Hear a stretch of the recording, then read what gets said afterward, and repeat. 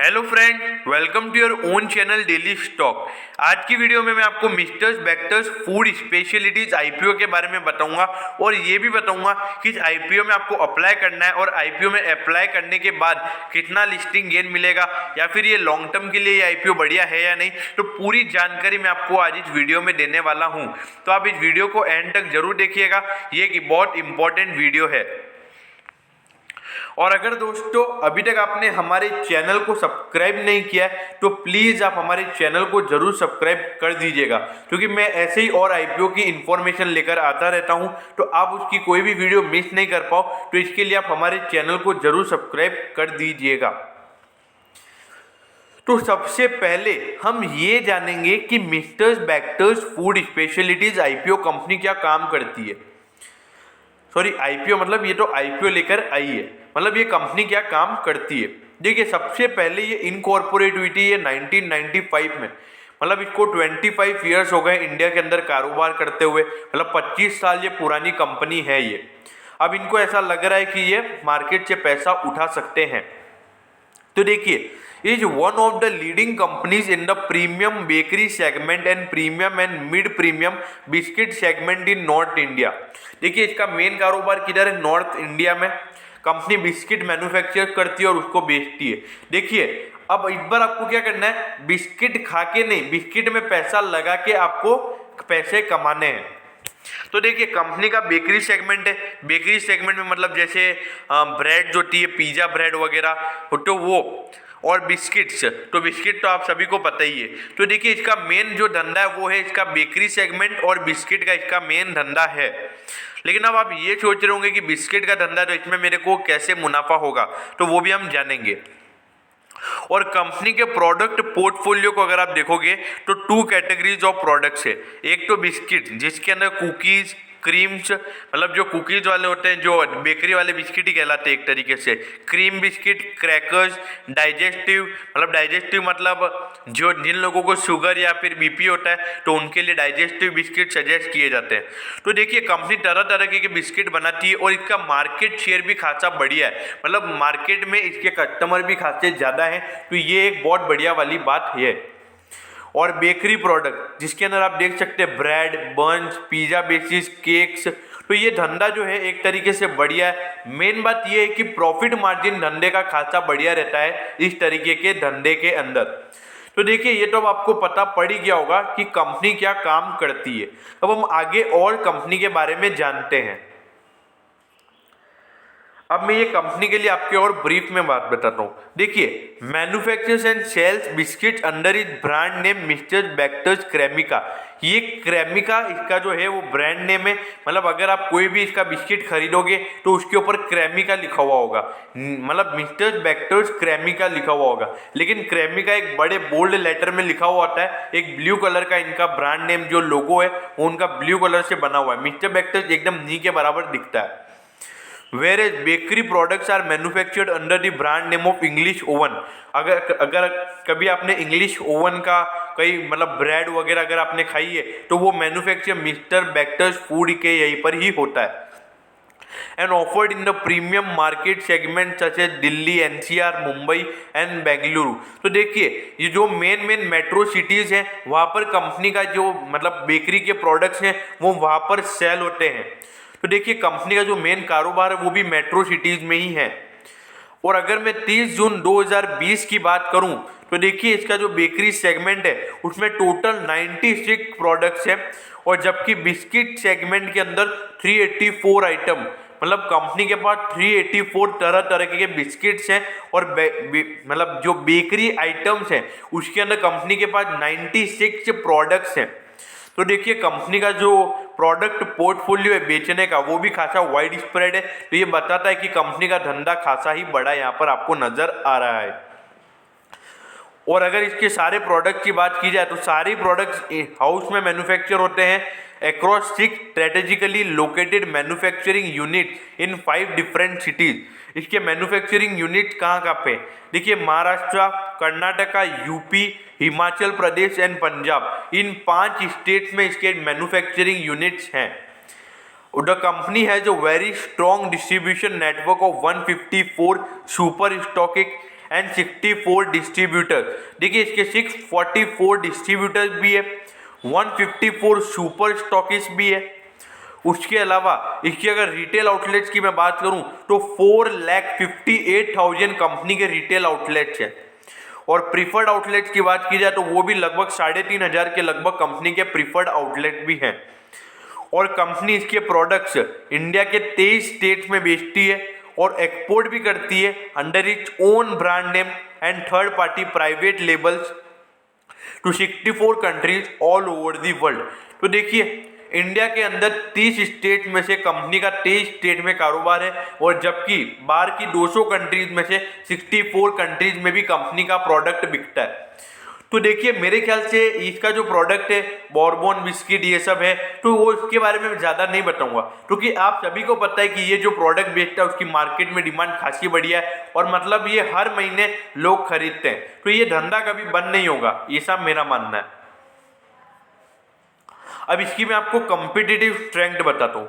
देखिए leader in biscuit and bakery segment in north India. North India का ये leader है बिस्किट बनाने के अंदर और बेकरी सेगमेंट के अंदर भी ये लीड करता है, तो ये बहुत बढ़िया बात है। Well diversified product portfolio. अब देखिए ये इतने तरह के बेकरी प्रोडक्ट बनाता है, इतने तरह के ये अपने वो बनाता है, क्या कहते हैं, बिस्किट बनाता है, तो इसका पोर्टफोलियो बहुत वेल डाइवर्सिफाइड है। मतलब कैसे, अगर जैसे मतलब किसी को शुगर है तो वो उसके लिए भी इन्होंने बिस्किट बना रखे हैं, किसी को क्रीम वाले बिस्किट पसंद है तो उन्होंने उसके लिए भी प्रोडक्ट बना रखा है।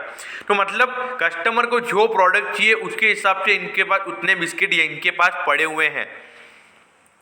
और इनका सर्टिफिकेशन भी है BRC, US FDA, NFSSC।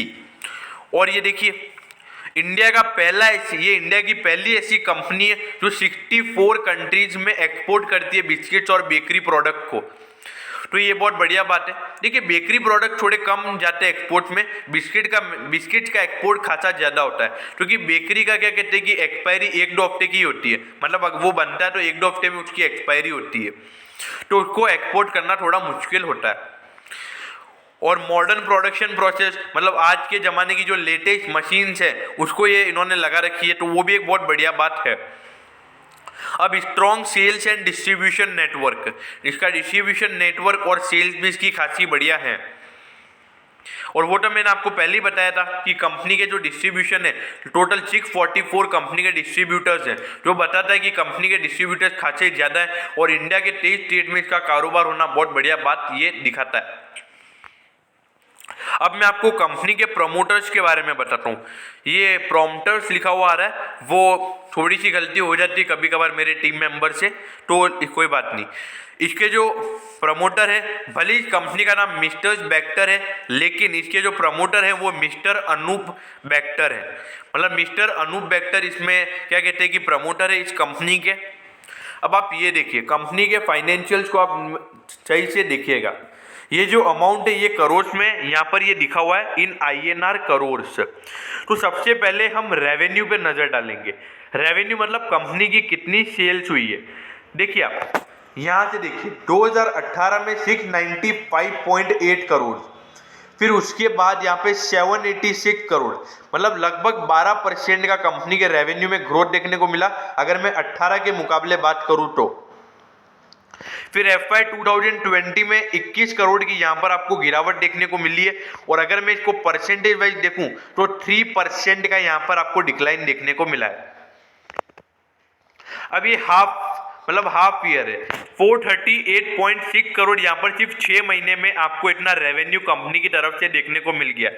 तो अगर मैं इसको ईयर वाइज निकालूंगा, मतलब ये तो 6 महीने का है, तो मैं अगर आपको इसका 12 महीने का बताऊं तो वो लगभग 876 करोड़ निकल कर आता है। तो देखिए पिछले साल के मुकाबले कंपनी का धंधा फिर से बढ़ा है अगर मैं इसको ईयर ऑन ईयर बेसिस पे निकालूं तो देखिए कंपनी बढ़िया परफॉर्म कर रही है, कंपनी की सेल्स हर साल बढ़ रही है, तो ये एक बढ़िया बात है कंपनी के नज़रिए से। अब अगर कंपनी के एक्सपेंसेस की बात की जाए तो देखिए कंपनी का धंधा बढ़ रहा है, कंपनी अपने नए नए रिटेल आउटलेट खोल रही है, कंपनी को एक्सपेंसेस भी करने होते हैं प्रोडक्ट के मैन्युफैक्चर के लिए, तो एक्सपेंसेस जैसे जैसे धंधा बढ़ेगा तो वैसे वैसे आपके एक्सपेंसेस भी बढ़ेंगे, तो वही वो यहाँ पर भी नज़र आ रहा है। अब हम इसके बाद कंपनी का नेट मुनाफा देखते हैं, मतलब नेट प्रॉफिट देखते हैं company at the and company कितना मुनाफा कमा रही है। देखिए 2018 में कंपनी ने 36.1 करोड़ का मुनाफा कमाया, फिर उसके बाद 33.2 करोड़ का, फिर 29.8 करोड़ का। देखिए 18 के बाद 19 और 20 दोनों में ही कंपनी का जो मुनाफा है वो लगातार गिरा। लेकिन हमको जो रिसेंटली अगर मैं बात करूं तो देखिए कंपनी ने सिर्फ 6 महीने के अंदर 38.4 करोड़ का मुनाफा कमा लिया है, जबकि पिछले साल पूरे साल कंपनी ने 29.8 करोड़ का ही मुनाफा कमाया था। ये दिखाता है कि कंपनी का जो ग्रोथ है वो खासा बढ़िया है, और इसके पीछे रीजन क्या है मैं आपको वो बताता हूँ। देखिए कंपनी का नेट मार्जिन था 5.2%, मतलब हर प्रोडक्ट के ऊपर कंपनी लगभग 5.2% का मुनाफा कमा रही थी, लेकिन वो अगले साल 4.2 हो गया। मतलब 2019 में कंपनी का जो मार्जिन था वो गिर के 4.2 हो गया। तो वो आप यहाँ पे देख सकते हो कि कंपनी का नेट प्रॉफिट उसी की वजह से गिरा। फिर ये फिर से हो गया 3.9, तो उसी के चलते ये भी यहाँ पे आपका नेट इनकम भी यहाँ पे आपकी गिर गई लगभग 4 करोड़। लेकिन यहाँ पर ये इतना क्यों बढ़ा है 6 महीने में ही, क्योंकि ये देखिए आप सीधा 8.8 का कंपनी का नेट मार्जिन परसेंटेज हो गया है। मतलब कंपनी हर प्रोडक्ट पे 8.8 मार्जिन, मतलब 8.8% का प्रॉफिट कमा रही है। तो देखिए कंपनी का नेट मार्जिन हर साल एक, मतलब पिछले 3 साल तो इतना बढ़िया नहीं था, लेकिन इस साल 6 महीने में कंपनी का नेट मार्जिन परसेंटेज खासा बढ़िया यहाँ पर दिख रहा है। तो देखा जाए तो ये बहुत बढ़िया बात है कंपनी के नज़रिए से। और अगर ये कंपनी का ये अगर 6 महीने तक तो और कैरी फॉरवर्ड रहता है, मतलब अगर आपको इस मतलब IPO में अलॉटमेंट मिल जाती है और इसका अभी जनवरी में इसका एक और रिजल्ट आएगा, तो उसमें अगर कंपनी में ने और बढ़िया परफॉर्म किया, मतलब कंपनी का नेट मार्जिन परसेंटेज अगर और बढ़ जाता है, तो इसमें आपको और अपवर्ड मूवमेंट देखने को मिल सकता है इस शेयर के अंदर। तो देखा जाए तो कंपनी के फाइनेंशियल खासे बढ़िया है, कोई दिक्कत वाली बात नहीं है। टॉप क्लास ग्रोथ यहाँ पर आपको कंपनी के फाइनेंशियल्स में नजर आ रही है। अब इसका ऑब्जेक्टिव क्या है? सबसे पहला इसका ऑब्जेक्टिव है to finance the cost of Rajpura expansion project. देखिए इनका एक प्रोजेक्ट चल रहा है, तो उसके लिए कंपनी को पैसा चाहिए ताकि कंपनी उस प्रोजेक्ट को कंप्लीट करके फिर उसका जो मैन्युफैक्चरिंग होगा उससे मुनाफा कमाएगी। To meet general corporate purpose. देखिए ये जनरल कॉर्पोरेट पर्पस मतलब देखिए कंपनी अगर बिस्किट को मैन्युफैक्चर कर रही है तो उसको पहले से ही कस्टमर से पैसे नहीं मिल जाते, तो उसको पहले से अपने पास कैश होना बहुत जरूरी होता है। तो इसीलिए ये लोग IPO लेकर आए, तो इससे जो इनको पैसा मिलेगा तो उससे ये लोग क्या करेंगे कि उसके अपने कॉर्पोरेट पर्पसेस पे मीट कर पाएंगे, मतलब अपनी जरूरतों को पूरा कर पाएंगे। देखिए ये तो था। अब इसके मिस्टर बैक्टर्स फूड क्या काम करता है, अब हमको इस IPO की डिटेल्स लेंगे, इस IPO की क्या डिटेल्स चल रही है। देखिए ये IPO ओपन हो रहा है दिसंबर 15, 2020 को, मतलब जो आने वाला जो ट्यूसडे है उस दिन ये IPO ओपन हो जाएगा।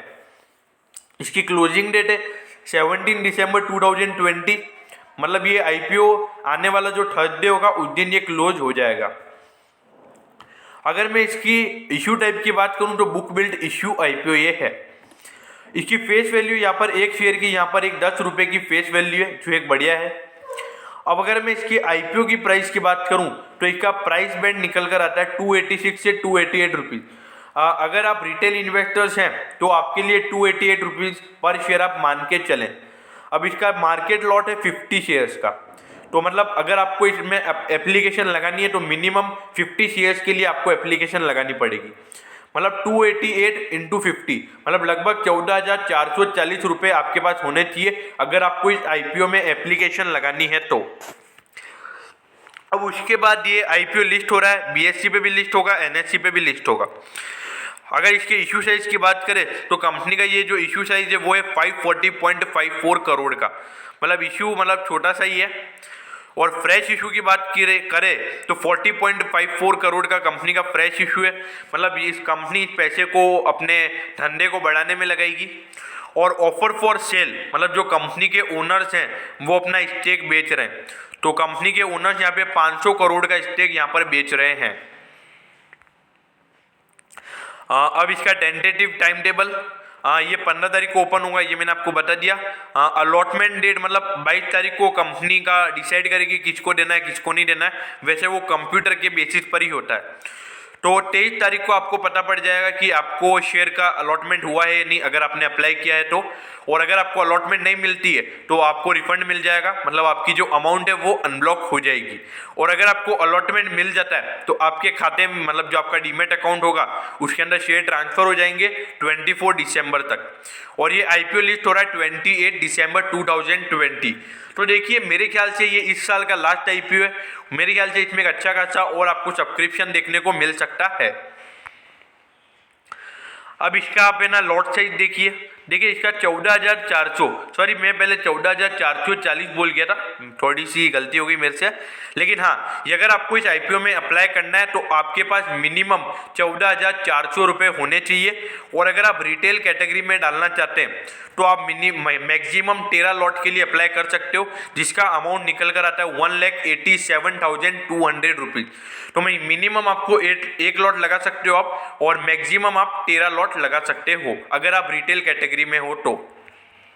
क्योंकि रिटेल कैटेगरी को क्या कहते हैं कि मतलब 2 लाख से कम की वो बिड लगा सकते हैं। अगर आपको 2 लाख से ज़्यादा की बिड लगानी है तो आपको एनआईआई या एचएनआई वाली कैटेगरी में लगाना पड़ता है। अब आप ये देखिए कंपनी की प्री इशू शेयर होल्डिंग, मतलब ये इशू हो जाएगा उसके बाद कंपनी का जो प्रमोटर है उसके पास 52.45% की होल्डिंग रहेगी।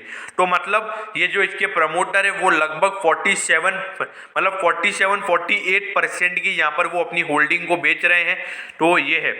अब आप देखिए, अब आप ये पूछ रहे होंगे कि इस आईपीओ में आपको अप्लाई करना चाहिए या नहीं करना चाहिए। देखिए आईपीओ खासा छोटा है, मतलब और ये जो धंधा है ये एक मार्केट लीडर भी है, और मेरे ख्याल से इस साल का परफॉर्मेंस खासा बढ़िया है। तो मेरे ख्याल से ये एक लॉन्ग टर्म इन्वेस्टमेंट के बेसिस पे भी ये खासा बढ़िया शेयर मेरे को लग रहा है। देखिए मेरे ख्याल से तो अगर आप इसको लिस्टिंग गेन के लिए भी लोगे तो आपको बढ़िया लिस्टिंग गेन इसमें मिल सकता है। उसके अलावा अगर आप इसको लॉन्ग टर्म इन्वेस्टमेंट के बेसिस में भी इसमें अप्लाई करना चाहते हो तो आप उसके बेसिस पे भी इसमें अप्लाई कर सकते हो। क्यों? क्योंकि देखिए कंपनी का 6 महीने का परफॉर्मेंस खासा बढ़िया है, और मेरे ख्याल से अगर कंपनी के जो मार्च वाले रिजल्ट, मतलब अभी जो रिजल्ट आएंगे अपने अक्टूबर से लेकर नवंबर तक, तो वो रिजल्ट नहीं, अक्टूबर से लेकर दिसंबर तक वो रिजल्ट अगर बढ़िया आते हैं और उसके बाद जनवरी से मार्च तक के भी रिजल्ट बढ़िया आते हैं, तो ये शेयर अगर जो अभी 288 पे चल रहा है तो आपको आराम से ये अप्रैल मई तक इस शेयर की रेट 600-700 रुपये होती हुई नजर आएगी। अगर कंपनी के दोनों क्वार्टर में जो आने वाले दोनों क्वार्टर है उसके रिजल्ट बढ़िया आते हैं तो देखिए मैं तो इस आईपीओ में लॉन्ग टर्म, अगर मेरे को इस आईपीओ में अलॉटमेंट मिल जाती है तो मैं लॉन्ग टर्म के लिए भी होल्ड करूंगा।